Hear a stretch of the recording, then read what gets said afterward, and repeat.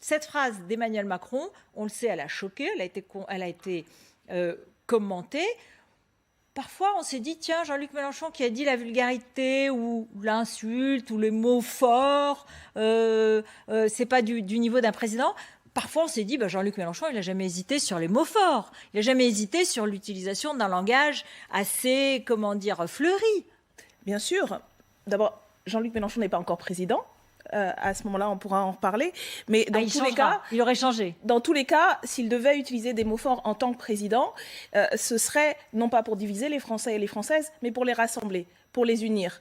Et la faute politique d'Emmanuel Macron, c'est d'avoir calculé cette provocation afin de masquer l'incurie de sa politique en matière sanitaire et puis dans une stratégie effectivement électorale pour consolider une sorte de bloc des bons citoyens qui s'identifieraient à son propos contre les mauvais. Et je crois que cette stratégie de la discorde, de la guerre civile qui est assumée pleinement, que le Premier ministre a à nouveau réédité à l'Assemblée nationale cet après-midi, ne fait guère avancer la politique et la lutte contre la pandémie. Elle ne fait que renforcer la pagaille et la guerre de tous contre tous, ce qui est en l'espèce peu présidentiel comme attitude dans un moment où il faudrait au contraire valoriser la solidarité et le collectif.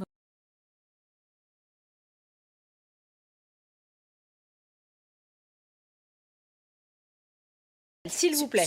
Sur l'hôpital et la situation de l'hôpital, je pense qu'il est important de rappeler que toutes les personnes qui se retrouvent à l'hôpital, qui se retrouvent en réanimation, qui se retrouvent en soins intensifs, doivent pouvoir être soignés correctement.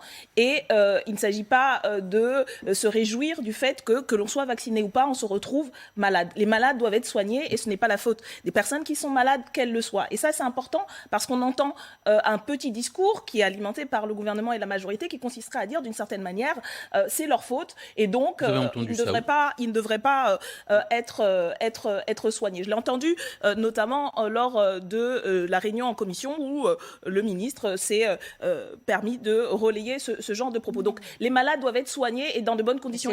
C'est le cas, Daniel Obono. Je crois que tous les soignants et les soignants ont à cœur de le faire. Et leur difficulté, elle vient effectivement de ce que elles et eux disent depuis plus de 2 ans, bien avant la crise, effectivement, il y avait de grandes mobilisations et des revendications en termes de conditions de travail, en termes de revendications salariales. Ça, c'est une difficulté. On regarde et pour terminer, ce sondage. Juste sur la question de l'hôpital, aujourd'hui, on nous prédit que il y aurait, ce serait la fin peut-être de la pandémie après la 5e vague, selon monsieur Olivier Véran. Il aura vite fait d'oublier ce que vivent aujourd'hui les hospitaliers, les soignants et les soignantes en se félicitant d'avoir avec son passe vaccinal qui n'a pas d'utilité de notre point de vue sanitaire et c'est pour ça que nous y sommes opposés, d'oublier ces revendications. Nous ne les oublierons pas comme nous ne l'avons pas oublié avant la pandémie.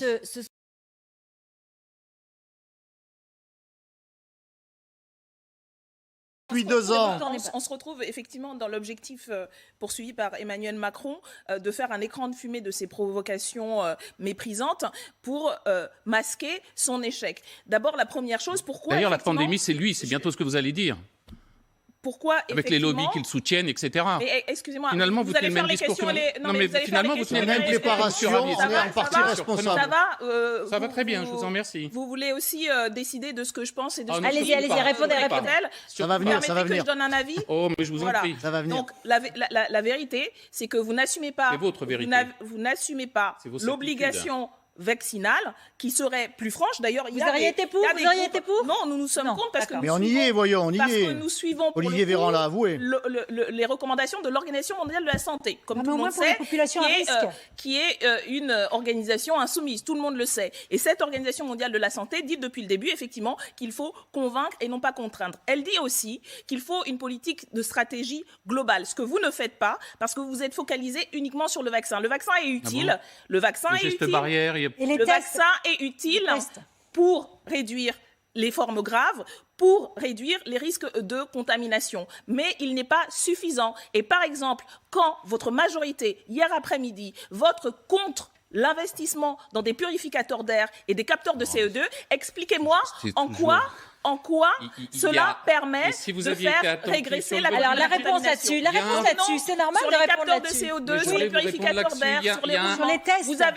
Vous avez refusé tous les amendements qui permettaient de mettre en place une politique globale de prévention. Alors la réponse de Bruno qui aurait pu participer justement à apaiser et à protéger toute la population. Nous ne sommes pas dans une économie centralisée à laquelle vous aspirez.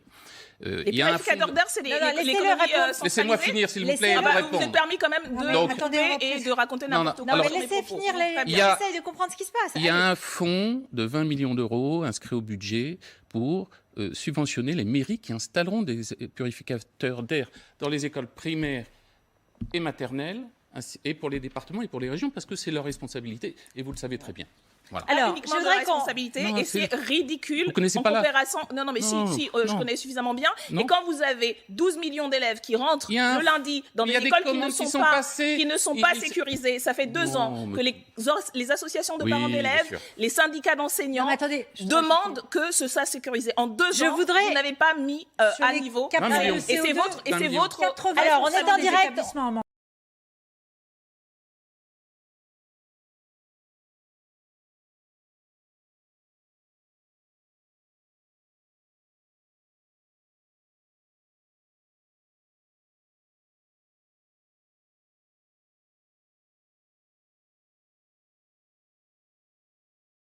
Si vous permettez quand même, parce que c'est pas juste une question de ton, c'est le sens aussi de ce qui est dit. Quand il dit que il n'y a pas de citoyens, enfin les irresponsables ne sont pas des citoyens, ça envoie un message extrêmement grave, parce que non. La citoyenneté, elle n'est pas tributaire du fait d'être vacciné ou pas. Elle n'est pas tributaire de ça. D'autant plus que les personnes qui ne sont pas vaccinées ne commettent pas de délit. Il n'y a pas d'impunité. Parce qu'il n'y a pas de délit. Non. Tout le monde est soigné, Non. Il n'y a pas de délit. Tout le monde est soigné, vous êtes d'accord avec moi? Est-ce que vous êtes d'accord avec moi sur le fait que tout le monde soit soigné? Ce n'est pas ce dont je parle de la remise en cause de la citoyenneté, des droits et libertés fondamentales de ces personnes, au prétexte qu'elles ne sont pas... Non, ça ne m'arrange pas. Ça ne m'arrange pas que l'état de droit soit piétiné et qu'on considère que tout ça, en fait, les droits et libertés fondamentales, finalement, c'est secondaire. Non, ce n'est pas secondaire. Alors, on va l'écouter. Et c'est l'ensemble, en fait, de la société qui recule quand on stigmatise ainsi une partie de la population. On va l'écouter. Vous avez soulevé une question. On va écouter les réponses. Merci. La première des libertés et des droits, c'est d'être soigné. Dans la situation dans laquelle on se trouve. La protection d'autrui. Faut-il encore qu'il y ait un hôpital qui tienne debout? Merci, messieurs, dames, de l'avoir saccagé. Non, mais allez-y, les fondamentales ne sont pas tributaires de la conjoncture. Sinon, elles ne sont plus fondamentales.